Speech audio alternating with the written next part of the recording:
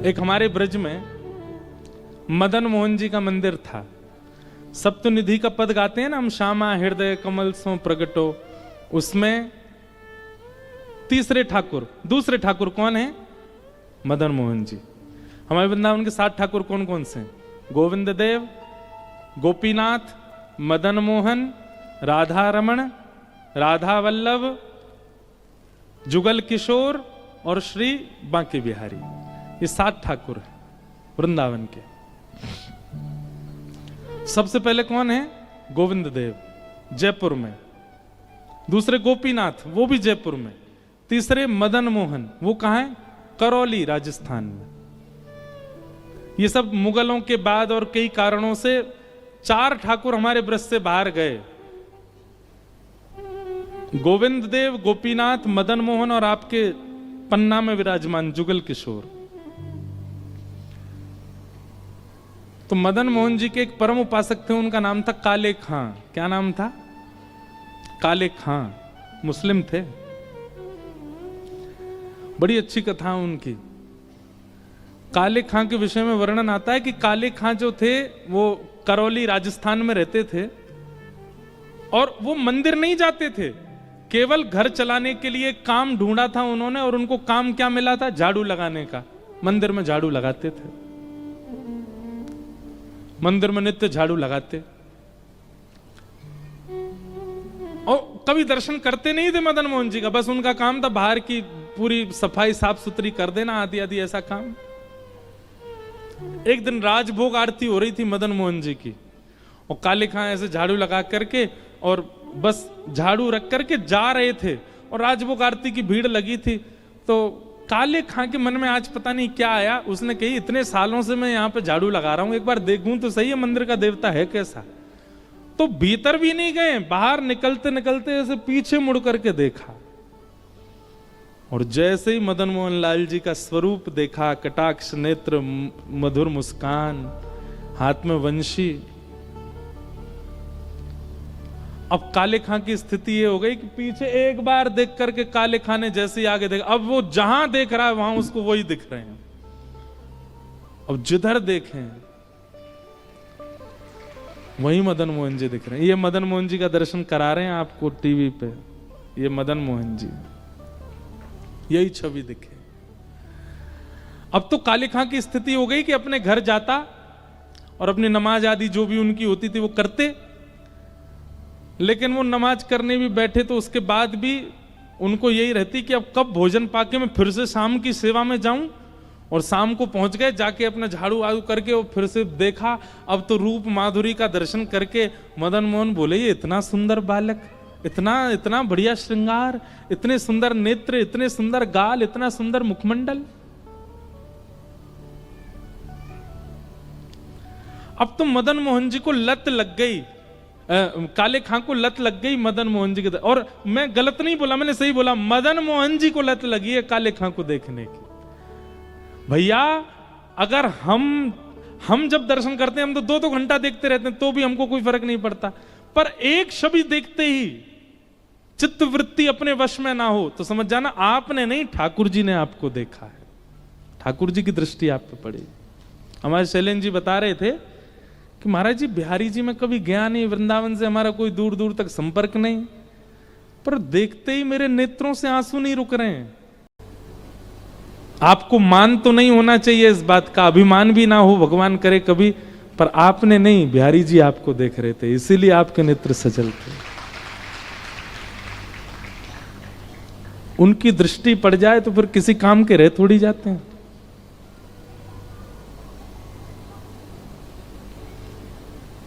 काले खां, अब तो उनकी स्थिति ऐसी हो गई, दिन रात मदन मोहन जी में ही बैठे रहते। उनकी पत्नी को यह बात पता चल गई कि ये अपना देवता छोड़ करके अपने परमात्मा को छोड़ के दूसरों के परमात्मा को भजने लगे। काले खां के कोई संतान नहीं थी और उनकी पत्नी ने सारा आरोप लगा दिया मदन मोहन जी पे। बोली कि तुम्हारे संतान इसीलिए नहीं है, हम दोनों के बालक इसीलिए नहीं हो रहे हैं क्योंकि तुम हमारे हमारे भगवान को तो मनाते नहीं हो, ये हिंदुओं के भगवान को मना रहे हो। हमारे भगवान को मनाओगे तो संतान होगी ना हमारे घर में। और इस बात का इतना आरोप लगाने लगे काले खां के ऊपर। काले खां बोले अब कुछ ऐसा करना पड़ेगा कि ये आरोप दूर हो।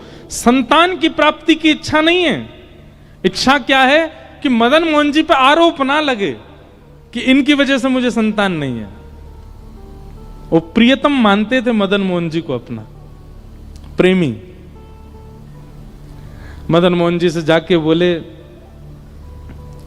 हे नाथ, मुझे संतान नहीं चाहिए, पर मेरी पत्नी आप पर आरोप लगाती है कि आपकी वजह से मुझे बालक नहीं हो रहे हैं। मेरी पत्नी आप पर आरोप लगाना बंद कर दे और उसकी बात गलत साबित हो जाए, इसके लिए मैं आपसे कह रहा हूं एक संतान मेरे घर में हो जाए। मदन मोहन जी ने ऐसी सुनी कि उसके 11 महीने बाद ही काले खां के घर एक पुत्र का जन्म हो गया। और पुत्र का जन्म हुआ, अब सुनो बात सुनो, पुत्र का जन्म होकर पिता नृत्य करता है कि मैं पिता बन गया, पर काले खां तो सीधे जैसे ही पता चली बेटा हुआ है, मदन मोहन जी के मंदिर गए, वहीं जाके नाचने लगे। मेरे मदन मोहन जी कलंक रहित हो गए, मेरे मदन मोहन जी पे अब कोई कलंक नहीं लगाएगा, मेरे ठाकुर जी कलंक रहित हो गए। उनको प्रसन्नता उसकी नहीं कि बेटा हुआ है। मदन मोहन जी, बस अब जीवन में आपसे कभी कुछ नहीं मांगूंगा, आप ऐसे घर वालों का मुंह बंद कर दिया आपने, अब मैं आपका, आप मेरे, हमारे बीच में अब कोई नहीं आएगा। लेकिन एक बात याद रखिएगा, कृष्ण को भजने वाले सब कान खोल के सुनो, सब कुछ सीधा सीधा सीधा सीधा चले ये ठाकुर जी को मंजूर नहीं है। कुछ तो टिगड़मबाजी करते हैं, टेढ़े हैं ना, कुछ तो करते हैं। एक दिन अब धीरे धीरे उनका पुत्र बड़ा होने लगा। अब पत्नी रोकती नहीं थी काले खां को, क्यों, बेटा मिल गया। एक दिन बेटा थोड़ा बड़ा हो गया, जमुना किनारे खेल रहा था और एक काले सर्प ने बेटे को डस दिया। नीला पड़ गया पूरा पुत्र, और उस पुत्र को गोद में लेकर के पत्नी रोते रोते काले खां के पास गई। काले खां मंदिर में बाहर झाड़ू लगा रहे थे, वहीं बैठे रहते थे, चिंतन करते थे मदन मोहन जी का।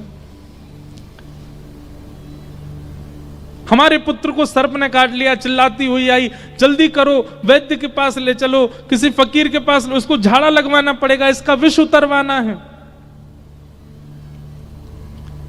और उसी समय घंटे घड़ियाल बजने लगे, मदन मोहन जी की आरती होने लगी। काले खां ने अब नियम बना लिया, तो सारी आरतियों के दर्शन बाहर ही खड़े खड़े करते थे, अंदर नहीं आते थे। कहीं कोई कुछ कह ना दे, कोई कुछ कहता नहीं था, पर फिर भी उनको था कि मुझे कहीं कष्ट ना हो जाए कि कोई मुझे टोक दे, तुम क्यों आ गए, इसलिए बाहर जी दर्शन करते थे। यहां पत्नी मृतक पुत्र को हाथ में लेके खड़ी है कि जल्दी किसी वैद्य के पास ले चलो, और यहां मदन मोहन जी के घंटे घड़ियाल बजने लगे, आरती हो रही थी। तुरंत उत्साह में खड़ा हो गया और खड़े होकर के मृतक पुत्र को देखने के बाद भी पलट गया और मदन मोहन जी की आरती करने लगा। दूर से बोले, आहा मेरे लाला, कितने सुंदर लग रहे हो, कितने प्यारे लग रहे हो। पत्नी ने जब ये दृश्य देखा, अपने मृतक पुत्र को वहीं रख दिया और अपने पति से लड़ने लगी। बोले कि तुम किस नरक में जाओगे, कि क्या गति होगी तुम्हारी। तुम अपने परमात्मा को छोड़ दूसरों के परमात्मा को भजते हो, और वो भी इस स्थिति में, तुम्हारा बालक मरा पड़ा है सामने।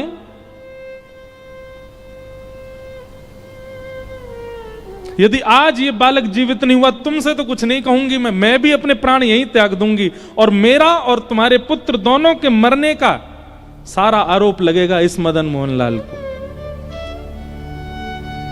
काले खां को यही मंजूर नहीं है, मुझे कुछ भी कह दो, मेरे मदन मोहन जी को कुछ मत करो, वो मेरे प्राण हैं, मेरे जीवन धन है, उनके ऊपर आरोप मत लगाओ।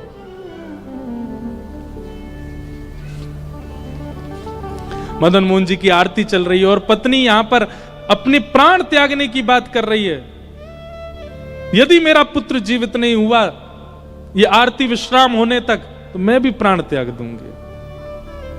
और दोनों के मरने का सुन लो सब गांव वालों और सब शहर वालों, सब दुकानदारों, हम दोनों के मरने का आरोप मदन मोहन लाल, इन्हीं की वजह से ही मरेंगे हम दोनों। काले खां के नेत्र सजल हो गए, अपने मधुर मदन मोहन जी को देख रहे हैं। तो काले खां ने उर्दू में एक पद गाया मदन मोहन जी का कि मुसफ़्फ़क़ सफीक रफीक दिल दोस्त मेरे, ठाकुर जी से कह रहे हैं मेरी नजदीकी हकीकी ख्याल कीजिए, मेहरबान कदरदान आला तू जहान बीच, मुझसे गरीबों का गुनाह माफ कीजिए, काले बेकरार खड़ा तेरे दरबार बीच, नंद के कुमार जरा गौर अब कीजिए, हिंदुओं के नाथ तो हमारा कोई दावा नहीं। अंतिम पंक्ति इतनी सुंदर है, अगर आप हिंदुओं के भगवान हो केवल, तो मेरी पत्नी भी मर जाए, बेटा भी मर जाए, मैं भी मर जाऊं, लेकिन मैंने विश्व को आपको जगन्नाथ कहते हुए सुना है। हो जगत के नाथ तो हमारी खैर लीजिए।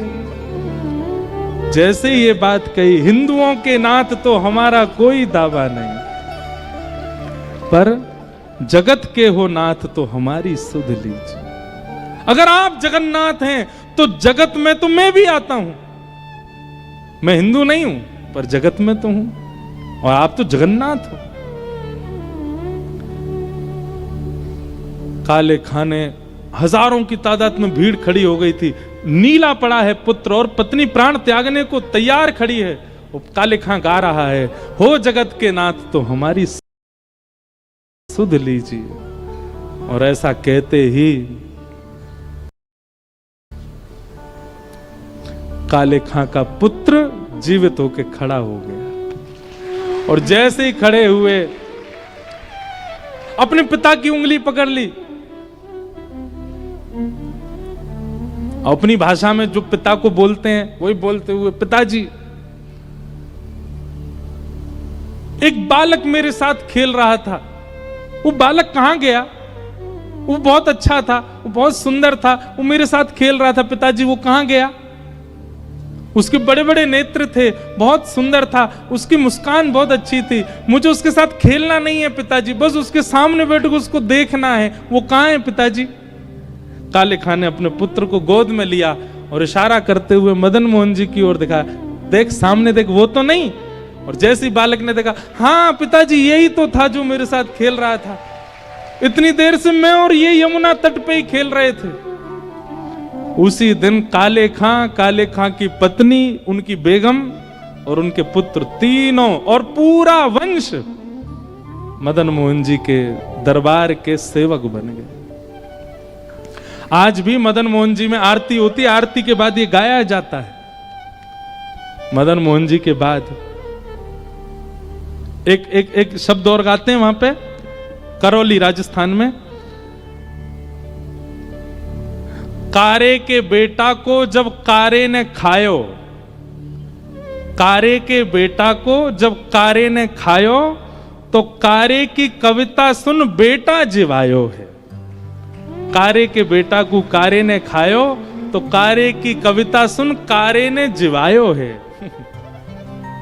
ये भी तो काले हैं, ऐसे हमारे ठाकुर जी।